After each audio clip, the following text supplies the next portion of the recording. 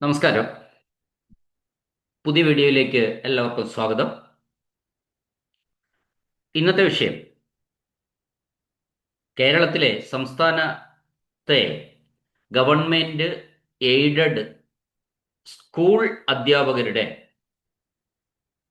Eligibility ടെസ്റ്റുമായി ബന്ധപ്പെട്ടാണ്. നമുക്കറിയാം, ഈ കേട്ടറ്റ് എലിജിബിലിറ്റി ടെസ്റ്റിന് കേട്ടറ്റ് എന്നാണ്. 4 വിഭാഗങ്ങളിലായിട്ടാണ് ഈ പരീക്ഷ ഉള്ളത്.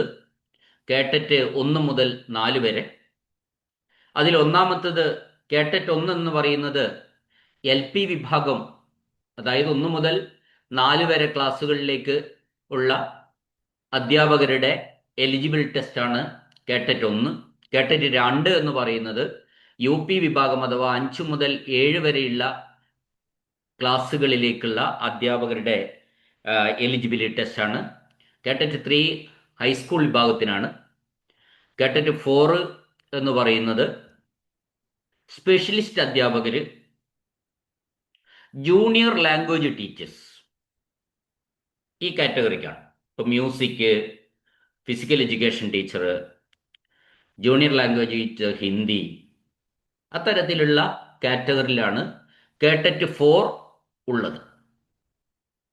അപ്പോൾ ഈ കേട്ടറ്റ് എന്ന വാക്ക് തന്നെ അധ്യാപകർക്ക് ഈ നിലവിലുള്ള ഒരു സാഹചര്യത്തിൽ വളരെയധികം ആശങ്കയുണ്ടാക്കുന്ന ഒന്നാണ്. കേട്ടറ്റ് ഈ ആശങ്കയ്ക്കുള്ള പ്രധാനപ്പെട്ട കാരണം സുപ്രീം കോടതിയുടെ ഈ അടുത്ത കാലത്തുണ്ടായ വിധിയാണ്. ആ വിധിയിൽ പറയുന്നത് എല്ലാ അധ്യാപകരും കേട്ടറ്റ് പരീക്ഷ, സർവീസിലുള്ള അധ്യാപകരും കേട്ടറ്റ് പരീക്ഷ പാസ്സാകേണ്ടതായിട്ടുണ്ട്.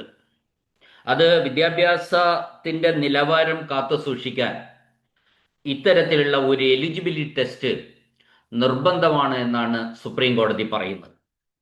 അത് 5 വർഷത്തിൽ കുറവ് സർവീസ് ഉള്ളവർ, 5 വർഷത്തിൽ ഇനിയും റിട്ടയർ ചെയ്യാൻ 5 വർഷത്തിൽ കൂടുതലുള്ള അധ്യാപകർ നിർബന്ധമായും ഈ പരീക്ഷ 2 വർഷത്തിനുള്ളിൽ പാസ്സാകണമെന്നും അങ്ങനെ പാസ്സാകാത്തവരെ 1/9/2077 സർവീസിൽ നിന്ന് പുറത്താക്കണമെന്നാണ് സുപ്രീം കോടതി പറഞ്ഞിട്ടുള്ളത്.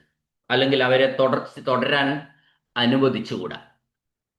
അപ്പൊ ഇപ്പൊ നിലവില് പുതിയതായി സർവീസിൽ കയറിയ ടീച്ചേഴ്സ് മാത്രമേ കേട്ടറ്റ് പരീക്ഷ പാസ്സായിട്ടുള്ളൂ. ഒരു ഇടക്കാലത്തും സീനിയർ ആയിട്ടുള്ള അധ്യാപകരും കേട്ടറ്റ് പരീക്ഷ പാസ്സായിട്ടില്ല. അപ്പോൾ ഈ 2027 സെപ്റ്റംബർ 1 മുമ്പ് ഇത്തരം അധ്യാപകരുടെ കാര്യത്തിൽ എന്തെങ്കിലും ഒരു തീരുമാനം ഉണ്ടായേ പറ്റൂ. ഒന്നുകിൽ ഇവര് പരീക്ഷ പാസ്സാകണം, അല്ലെങ്കിൽ മറ്റേതെങ്കിലും തരത്തിലുള്ള ഇളവുകൾ സുപ്രീം കോടതി തരണം.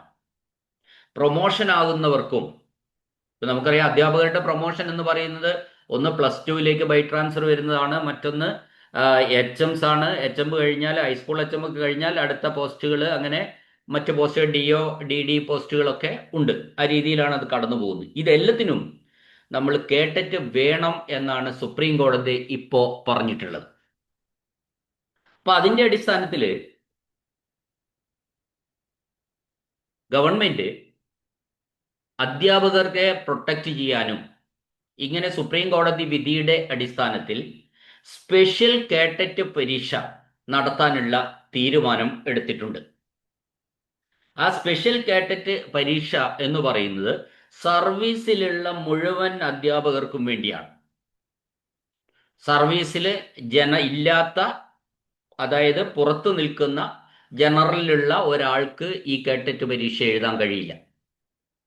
ഇതിന്റെ നോട്ടിഫിക്കേഷൻ വരാൻ പോവുകയാണ്, ഉടൻ വരുന്ന. ഇപ്പൊ സ്പെഷ്യൽ കാറ്ററ്റ് എന്ന് പറയുന്നത് തന്നെ സർവീസിലുള്ള കേട്ടറ്റ് ഇല്ലാത്ത അധ്യാപകർക്ക് വേണ്ടിയിട്ട് ആണ്. അപ്പൊ അധ്യാപകർക്ക് കൂടുതൽ പരീക്ഷ എഴുതാനുള്ള അവസരം ഈ രീതിയിൽ ഉണ്ടാവുകയാണ് ചെയ്യുന്നത്. അപ്പൊ നമുക്കറിയാം 2023 പിന്നെ ഈ സ്പെഷ്യൽ കാറ്ററ്റ് നടന്നിരുന്നു. കഴിഞ്ഞ വർഷവും നടത്തിയ പരീക്ഷ ഉണ്ടായിരുന്നു സ്പെഷ്യൽ കാറ്ററ്റ്. അത് 2016 മുതൽ 2020 വരെ സർവീസിൽ പ്രവേശിച്ചവർക്ക് മാത്രമായിരുന്നു കഴിഞ്ഞ വർഷവും 2023 നടത്തിയ സ്പെഷ്യൽ കേഡറ്റ് എന്ന് പറയുന്നത് എല്ലാവർക്കും വേണ്ടി അല്ലായിരുന്നു. എന്നാൽ ഇപ്പോൾ അത് മാറി.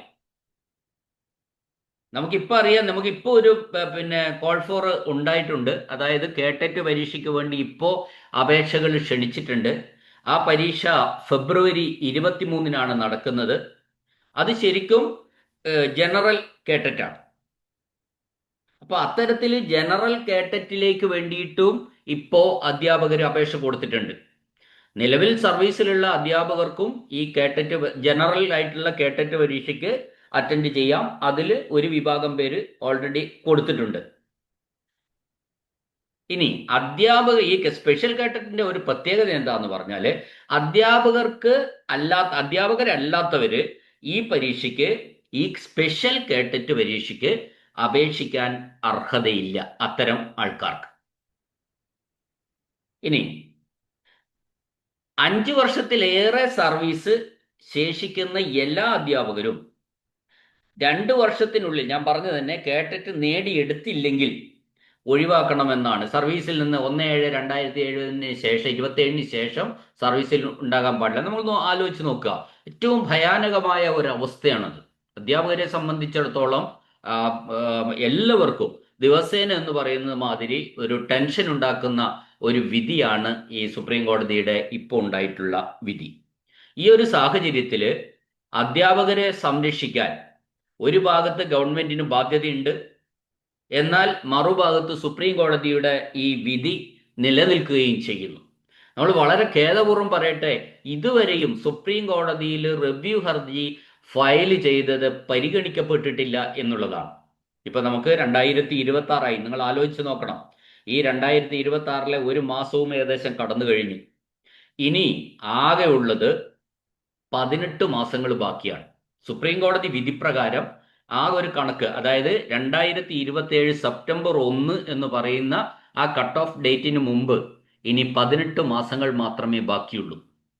ആ 18 മാസങ്ങൾക്കുള്ളിൽ ഇനിയും ഒരുപക്ഷെ ഒന്നോ രണ്ടോ സ്പെഷ്യൽ, ഇത് കൂടാതെ 1-2 സ്പെഷ്യൽ കേട്ടറ്റ് കൂടി ഉണ്ടാവാനുള്ള സാധ്യതയുണ്ട്.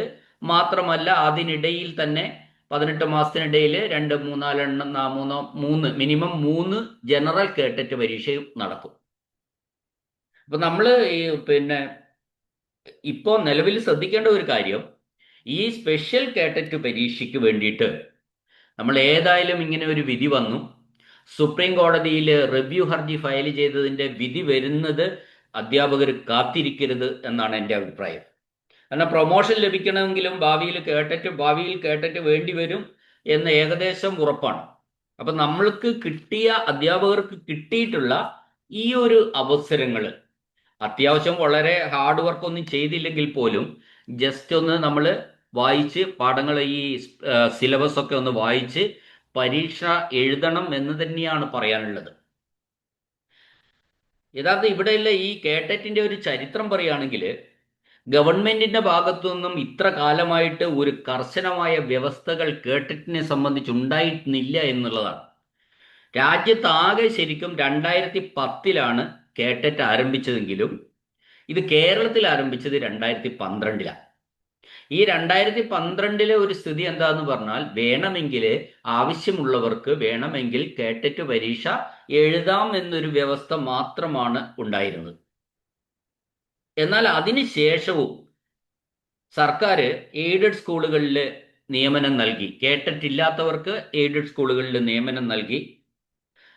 ചില ഘട്ടങ്ങളിൽ ഉയർന്ന യോഗ്യതയുള്ളവരെ കേട്ടറ്റിൽ നിന്ന് ഒഴിവാക്കി. അതായത് MPhil, സെറ്റ് അഥവാ സ്റ്റേറ്റ് എലിജിബിൾ ടെസ്റ്റ്, നെറ്റ്, ഇത്തരം ക്വാളിഫിക്കേഷൻസ് ഉള്ളവരെ കേട്ടറ്റിൽ നിന്ന് ഒഴിവാക്കി. അവർക്ക് അപ്രൂവൽ കൊടുത്തു. ഗവൺമെന്റിൽ PSC കോൾ ഫോർ ചെയ്തപ്പോൾ ഇത്തരത്തിലുള്ള എക്സംഷൻസ് കൊടുത്തു. എന്നാൽ ഈ എക്സംഷൻസ് കൊടുത്തതൊക്കെ തെറ്റാണെന്നാണ് സുപ്രീം കോടതി ഇപ്പോൾ പറഞ്ഞിട്ടുള്ളത്.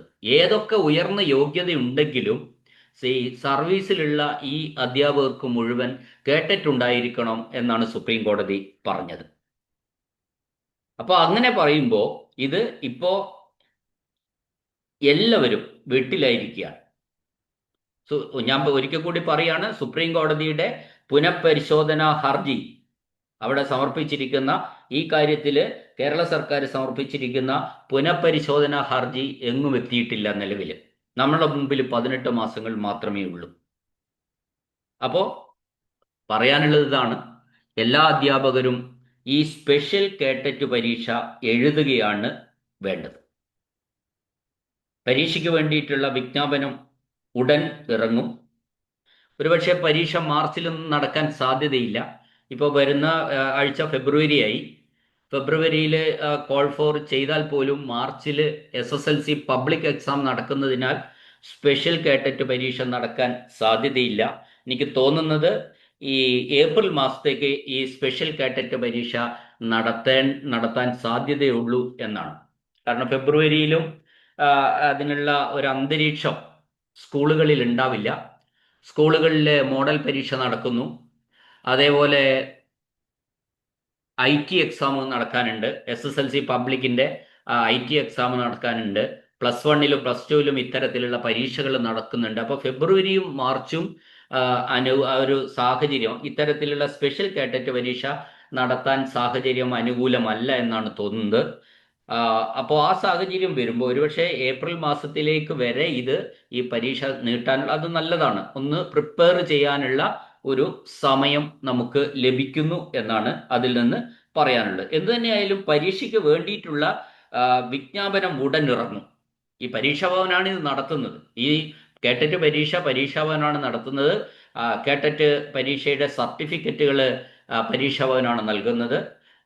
ഇതിൻ്റെ കൺട്രോളിങ് മുഴുവനും ബന്ധപ്പെട്ട DO തലത്തിലാണ്, ഡിസ്ട്രിക്ട് എഡ്യൂക്കേഷൻ ഓഫീസർ തലത്തിലാണ് ഇതിൻ്റെ ഒരു നിയന്ത്രണവും വെരിഫിക്കേഷനും ഒക്കെ നടക്കുന്നത്. അപ്പോൾ പൊതുവെ ഈ സ്പെഷ്യൽ കേട്ടറ്റ് പരീക്ഷ നമ്മൾ അതിൽ നിന്നുള്ള ഒരു കാര്യം മനസ്സിലാക്കേണ്ട കാര്യം എന്താണെന്ന് വെച്ചാൽ, സ്പെഷ്യലായിട്ടൊരു കേട്ടറ്റ് പരീക്ഷ ടീച്ചേഴ്സിന് വേണ്ടി നടത്തുമ്പോൾ അത് ജനറൽ കാറ്റഗറിയിൽ നിന്ന് നടത്തുന്നതിനേക്കാൾ അത് പ്രത്യേകമായിട്ട് എന്തിനാണ് നടത്തുന്നൊരു ചോദ്യമുണ്ട്. ഇപ്പോൾ ഫെബ്രുവരി 23-ന് ജനറൽ ഒന്ന് നടക്കുന്നുണ്ടല്ലോ, പിന്നെ ഒരു തൊട്ടടുത്ത് ഒരു സ്പെഷ്യൽ എന്തിനാണ് നടത്തുന്നത് ചോദിച്ചാൽ, അധ്യാപകരുടെ ഈ ഒരു പ്രശ്നം വളരെ ഗുരുതരമായ പ്രശ്നമാണ്. അധ്യാപകർ മുഴുവനും ഇല്ലാത്തവർ മുഴുവൻ ആശങ്കയിലാണ്. പഠിച്ചിട്ട് ഓർമ്മയിൽ നിൽക്കാത്തവർ ഒരുപാട്, പ്രായമായവർ കുറേ പേരുണ്ട്, വായിച്ചിട്ടൊന്നും മനസ്സിൽ നിൽക്കുന്നില്ല. പരീക്ഷ എഴുതാനുള്ള ഒരു കപ്പാസിറ്റിക്ക് അവർക്ക് നഷ്ടപ്പെട്ടു എന്നാണ് അവർ പറയുന്നത്. അതുകൊണ്ട് തന്നെ ഇത്തരത്തിലുള്ള ഒരു പരീക്ഷ നടത്തുകയാണ്. ആ പരീക്ഷയ്ക്ക് ഇത് എൻ്റെ അഭിപ്രായമാണ്, നമ്മൾ എളുപ്പമായിരിക്കുമെന്നാണ് പറയാനുള്ളത്. വളരെ സിമ്പിളായിട്ടുള്ള ചോദ്യങ്ങൾ ഇത് പബ്ലിക്കായിട്ട് പരീക്ഷ പോകാൻ മറ്റുള്ള ആൾക്കാർക്കും അത് പറയാൻ പറ്റില്ല. സാധാരണ പരീക്ഷ പോലെയാണ് സ്പെഷ്യൽ കാറ്ററ്റും എന്ന് മാത്രമേ പറയാൻ പറ്റുള്ളൂ. എന്നതല്ല യഥാർത്ഥത്തിൽ ഇത് ഒരു പ്രത്യേക വിഭാഗത്തിന് വേണ്ടി മാത്രം നടത്തുമ്പോൾ അത് കുറച്ചുകൂടി നമ്മൾ സിമ്പിളായി വരാനാണ് സാധ്യത എന്നാണ് എൻ്റെ ഒരു അഭിപ്രായം.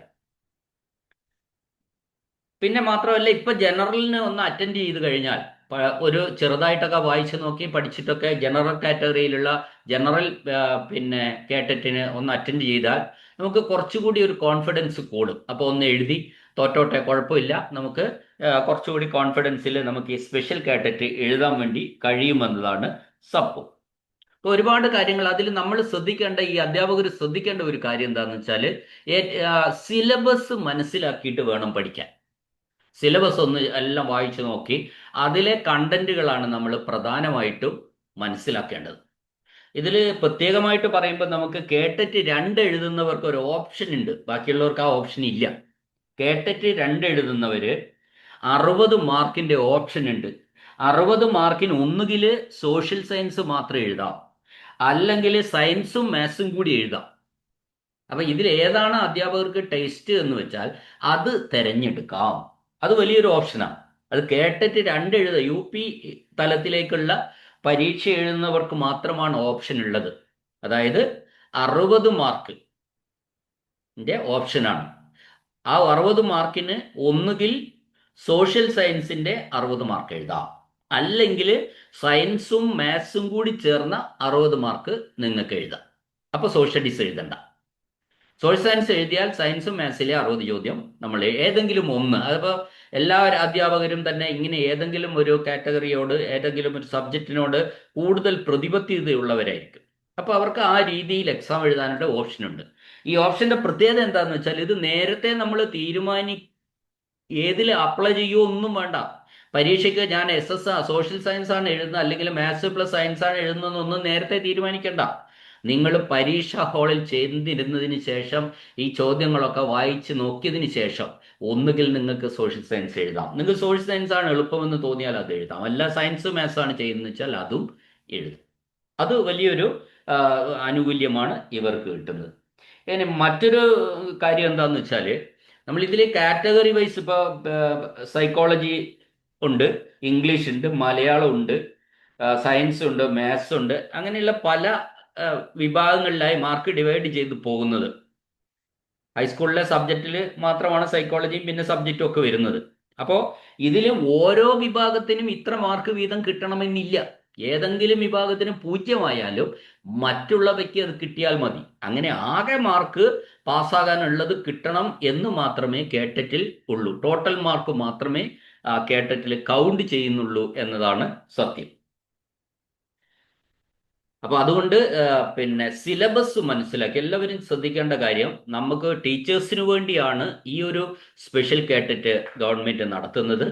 അപ്പോൾ ടീച്ചേഴ്സിന് വേണ്ടി സ്പെഷ്യൽ കേട്ടറ്റ് നടത്തുമ്പോൾ നമ്മൾ പ്രീവിയസ് ക്വസ്റ്റ്യൻസ് ഒന്ന് അറ്റൻഡ് ചെയ്യുന്നത് നല്ലതാണ്. സിലബസ് നന്നായിട്ട് നമ്മളൊന്ന് വായിച്ചു നോക്കി അതിനനുസരിച്ചൊരു പഠനം ക്രമപ്പെടുത്തിട്ടപ്പെടുത്തുന്നത് നന്നായിരിക്കും. അപ്പോൾ ഈ അവസരം ഞാൻ ഒരിക്കൽ കൂടി പറയാണ്, അധ്യാപകർ ഉപയോഗപ്പെടുത്തണം. നമ്മൾ എന്നും മനസ്സിൽ തീയും കത്തിച്ച് നമ്മൾ നടക്കേണ്ട ആവശ്യമില്ല. ഒരിക്കൽ ഇത് എന്നെങ്കിലും വീണ്ടും വീണ്ടും ഇത് ആവശ്യമായി വന്നു കഴിഞ്ഞാൽ കൂടുതൽ പ്രശ്നങ്ങളിലേക്ക് നമ്മൾ പോകും. അപ്പോൾ എന്തു തന്നെയായാലും ഈ കാലയളവിൽ നമ്മൾ നിർബന്ധമായിട്ടും ഇത് പാസ്സാകാൻ വേണ്ടി ശ്രദ്ധിക്കണം. ടെൻഷൻ ഫ്രീ ആയിട്ട് നമുക്ക് മുമ്പോട്ട് പോകാൻ കഴിയണം എന്ന് മാത്രം പറഞ്ഞുകൊണ്ട് ഞാൻ ഈ വീഡിയോ അവസാനിപ്പിക്കുകയാണ്. എല്ലാവർക്കും വേണ്ടിയിട്ട് ഈ പുതിയ നോട്ടിഫിക്കേഷൻ ഇപ്പോൾ വരും.